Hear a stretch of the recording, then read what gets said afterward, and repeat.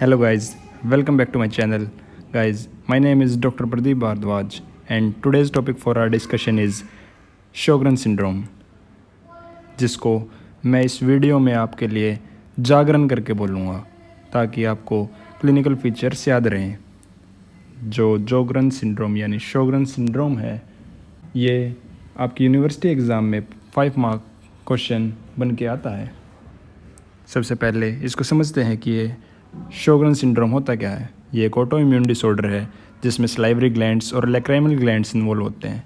अब उनकी इन्वॉल्वमेंट से क्या होएगा कि अगर सलाइवरी ग्लैंड्स इन्वॉल्व है तो इस चीज़ को कहते हैं हम dryness of mouth, and lacrimal glands involve है तो इसको कहेंगे ड्राइनेस ऑफ आइज, जिसको ज़ीरोफ्थैल्मिया कहते हैं। शोगरन सिंड्रोम 2 टाइप्स के होते हैं, प्राइमरी एंड सेकेंडरी। प्राइमरी वो होते हैं जिसमें कोई कनेक्टिव टिश्यू डिसऑर्डर नहीं है, जबकि सेकेंडरी होते हैं कि जिसमें एक कनेक्टिव टिश्यू डिसऑर्डर भी होगा। यानी प्राइमरी में सिर्फ हमें ड्राई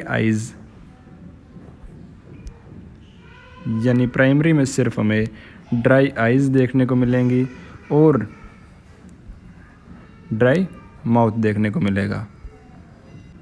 एटियोलॉजी क्या है अब, कि क्या कारण हो सकते हैं जिसके कारण शोगरन सिंड्रोम हो। इसका कोई एग्जैक्ट मैकेनिज़्म नहीं है अभी तक। बहुत से इंट्रिंसिक और एक्सट्रिंसिक फैक्टर्स होते हैं जो इसमें इन्वॉल्व होते हैं, जिसमें से हम कुछ को समझेंगे। कुछ लैब फाइंडिंग्स में पाया गया है कि serum anti nuclear antibodies present होती हैं, जबकि कुछ केसेस में HLA सिस्टम से एसोसिएशन होती है, जबकि कुछ में cytomegalo virus, Epstein Barr virus, ये भी इसकी पैथोजेनेसिस में इन्वॉल्व होते हैं।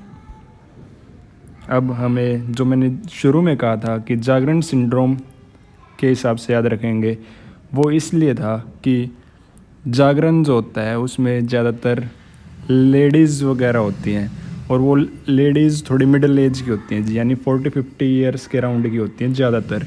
वैसे जागरण में हर टाइप के इंसान होते हैं, उसमें बच्चे भी होते हैं, मेल्स भी होती है, फीमेल्स भी होती हैं, लेकिन आपने देखा हो कि जागरण में ज़्यादातर लेडीज़ जाती हैं, यानी फीमेल्स जाती हैं, जो कि 40-50 ईयर्स की होती हैं। और ज़्यादातर क्योंकि फ़ीमेल जा रही हैं तो फीमेल में ज़्यादा हो रहा है एज़ कम्पेयर टू मेल्स। अब इसमें क्योंकि जागरण हो रहा है तो जागरण में इतना गा लिया, यानी जागरण में लेडीज़ ने इतना गा लिया कि उनका मुंह सूख गया, यानी ड्राइनेस ऑफ माउथ। और क्योंकि जागरण में उनको इतना मज़ा आया, वो इतने भक्ति में लीन हो गए कि उन्होंने रो रो के अपनी आंखें सुखा ली, यानी ड्राइनेस ऑफ आइज़। ये क्यों होता है? क्योंकि सलाइवरी ग्लैंड और लैक्राइमल ग्लैंड की हाइपोफंक्शन हो रही है। अब क्योंकि जागरण है तो जागरण में ऑब्वियस सी बात है उसके बाद भंडारा भी होगा। यानी इसको याद करने के लिए आप सोच सकते हैं कि जागरण में भंडारे की सब्ज़ी इतनी तीखी थी कि उसको खा के उनके मुंह में पेनफुल सेंसेशन हुई, यानी painful burning sensation of oral mucosa. अब क्योंकि जागरण है तो जागरण में जो औरतें होती हैं ज़्यादातर वो डांस कर रही होती हैं, तो इतना डांस कर लिया कि उनके जॉइंट्स में पेन होने लग गया।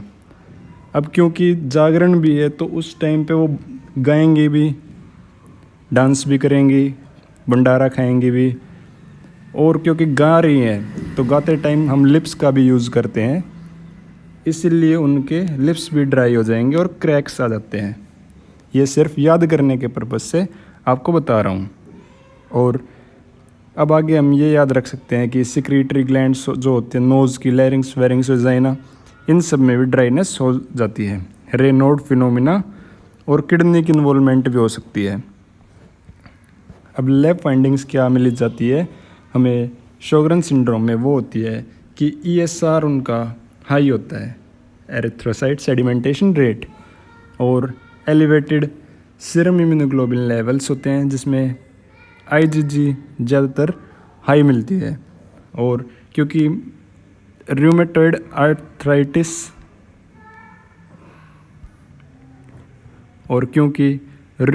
आर्थराइटिस भी इन्वॉल्व होता है तो उसका फैक्टर पॉजिटिव पाया जाता है। और एंटी न्यूक्लियर एंटीबॉडीज़ भी क्योंकि पाई जाती है, वो मेनली होती है anti SSA and anti SSB। Anti SS, इसमें SS है शोगरन सिंड्रोम। अब हम ये पता करते हैं कि ड्राई आइज़ का टेस्ट कौन सा होता है, उसको कहते हैं शिमर्स टेस्ट।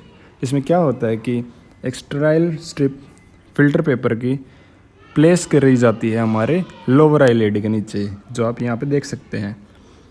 अब इसमें क्या देखा जाएगा कि जो ये मार्किंग है 5, 10, 15, इनको 5 मिनट के बाद देखा जाएगा। अगर इस पेपर पे 5 मिनट बाद मार्किंग 5 mm से कम आ रही है या 5 mm आ रही है तो हम उस केस में उसको ड्राई आइज़ कहेंगे।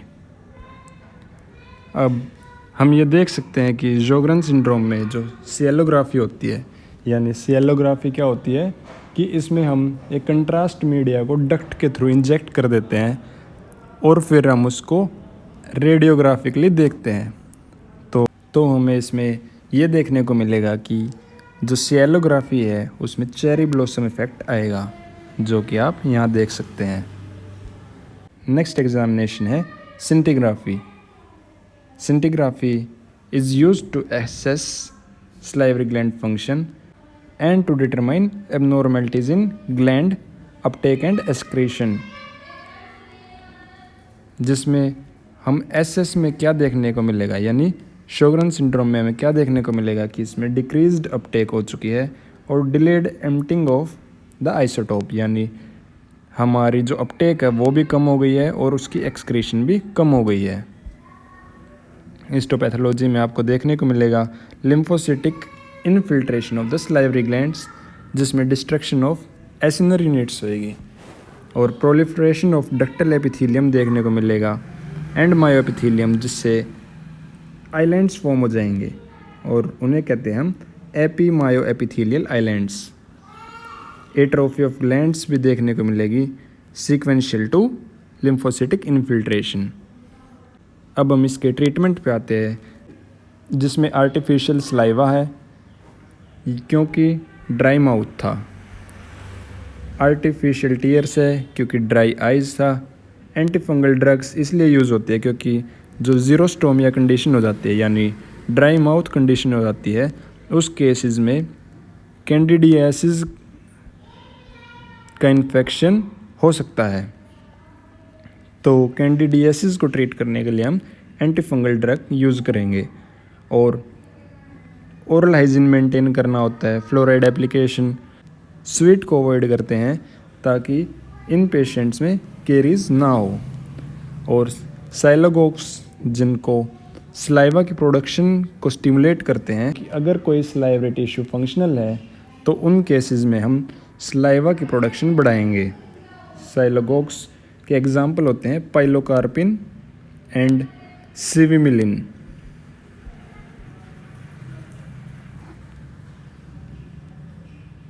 So I hope you guys enjoyed this video. So please like, share and subscribe my channel. Thank you.